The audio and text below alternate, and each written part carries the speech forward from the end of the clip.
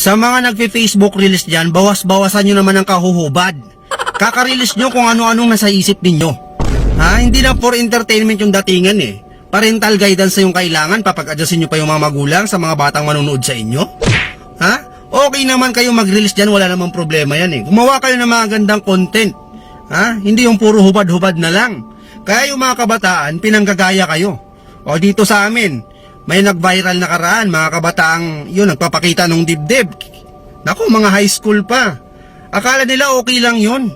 Kasi paano ba naman, may nakikita siya dito na okay lang naman. Tapos yung ibang influencer pa, pinapakita rin talaga. Tayong mga influencer, tandaan natin, nag-i-influence tayo sa mga viewers natin.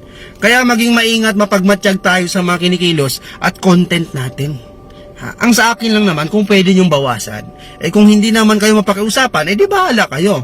Ang sa akin lang nagpapaalala lang ako dahil maraming mga Ayun, at least may nakapuna din. Totoo naman, dapat kasi dito sa talaga sa Reels, magaganda yung mga ipopost natin. Pwedeng mga patawa, pwedeng mga pagluto-luto, pwedeng yung mga sumasayaw, pero wag naman yung hubad-hubad. Kasi very toxic yung ganon. Gusto mo pala maghubad, di doon ka sa porn site. Diba?